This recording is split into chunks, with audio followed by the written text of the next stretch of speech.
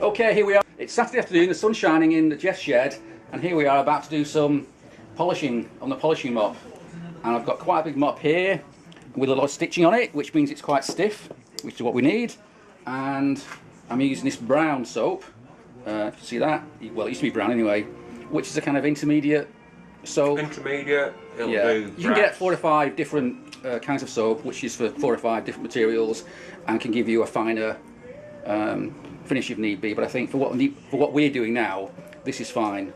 So what we do is we turn it on, and we very gently pull that against there, which loads up the fibres of the mop. Yeah, which loads up the mop with this stuff.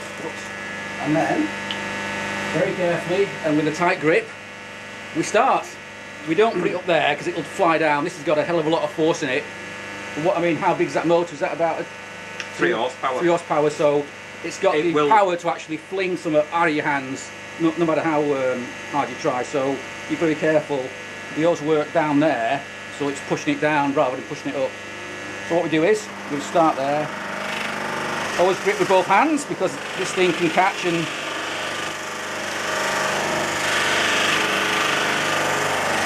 Now this is quite an easy piece to work with, isn't it? It's pretty flat, quite simple shape, so it's not going to take too long to do. But with bigger pieces and awkward shaped pieces, you know, it can be hours. So I don't know if you can see that there in my camera. Can you see that there? Oh yeah, it's all. Okay, so you see that? Yep. That's not bad, but obviously there's still a lot more to go. Still a lot more. I'm not going to polish around there because you can't see it, and I'm not that sad. So we're just going to do the edges first. You also have to make sure you don't stay in one place too long because it gets very, very hot, and you can put a flat on a piece. You also have to be careful around holes because this thing is so powerful it can actually make a hole into an oval if you're not careful. It erodes the metal away that quick. Yeah, yeah. Now what I've got to be careful of here is I don't go too far that way because if I do it's going to catch and pull it out of my hand. On the curve it's not too bad. Yeah. If you've got a good grip of it, but what I'm going to do now is do it down here rather than like that. So that's something. So it leads away, yeah. Yeah. So we'll just carry on with that. As you can see, it's starting to get there. What you probably can't tell is how far I've got with it. There's still marks in there, and it just takes time. You know, there's no rushing this, is there really? And also you got to use quite a lot of force to hold it because this thing wants to pull it out of your hand, and at the end of the day my hands sometimes ache when I'm doing this. You get crampy. Why on earth this stuff is called soap, I don't know, because it's like anti-soap, isn't it? It's like this anti-matter when it comes to soap. It leaves you covered in horrible greasy crap. And as we're filming now, you should have a mask on to stop that dust. Yeah. And then you sound on the camera. Yeah, it turns your snot black. That's got it. Yeah. So I'll carry on with doing this, and I'll come back in 10 minutes, and we'll see how far I get. So I'll just turn this off now, and we'll come back, as I say, in 10 minutes. And here we are now after 10 minutes of work on the buffer. This doesn't need too much more work because I'm not going to go for a show quality finish. I just want to go for something that's reasonable. It's now covered in the residue of the greasy soap, so-called, so I'm going to spray it in WD-40 and wipe a lot off. It's actually very, very hot. It's too hot to touch, in fact. But we'll get that off, and hopefully we'll see. Oops, sorry about that. And hopefully we'll see the finish. Oh, it is hot. And then after that, it just needs a final polish. And there we are. It still needs a bit more work, perhaps, but that's pretty much as far as I want to go with that particular piece. Okay, so with the fork brace done out of the way, we can now look at the next billet piece, which is this alternator cover. It's been machined out another mil on the inside to give some more clearance for the electrics. As you can see, it's gone right up to the edge of the bolts. We can't really go much more than that. It's also had a hole drilled in it here for the wire to escape from the alternator, and on the other side it's been beveled along this edge here, bevel there, and a slope put on this top piece, along with 12 indentations in the top. No particular reason for that, just to make it look a bit better.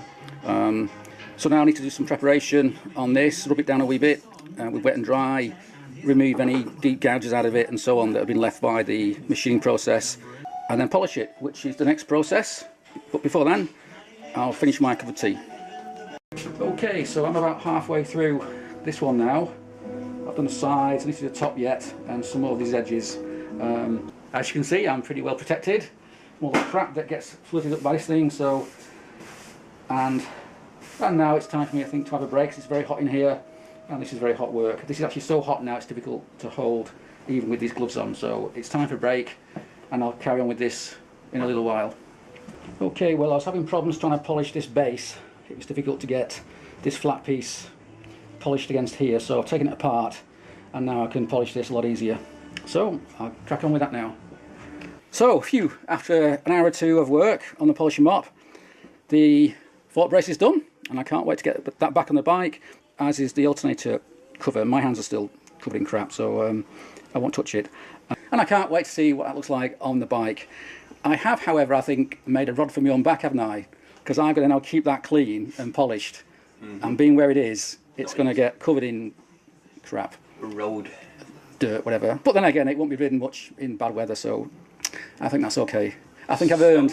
Yeah. I've certainly earned my nice big mug of tea. And here we are back at home again in my garage. I've just fitted the two pieces to the bike. That's the fork brace there. It's looking rather nice. I'm quite pleased with that. And peeping out from behind there is the alternator cover, so let's go and have a look at that. And as you can see, that's the alternator in place at last.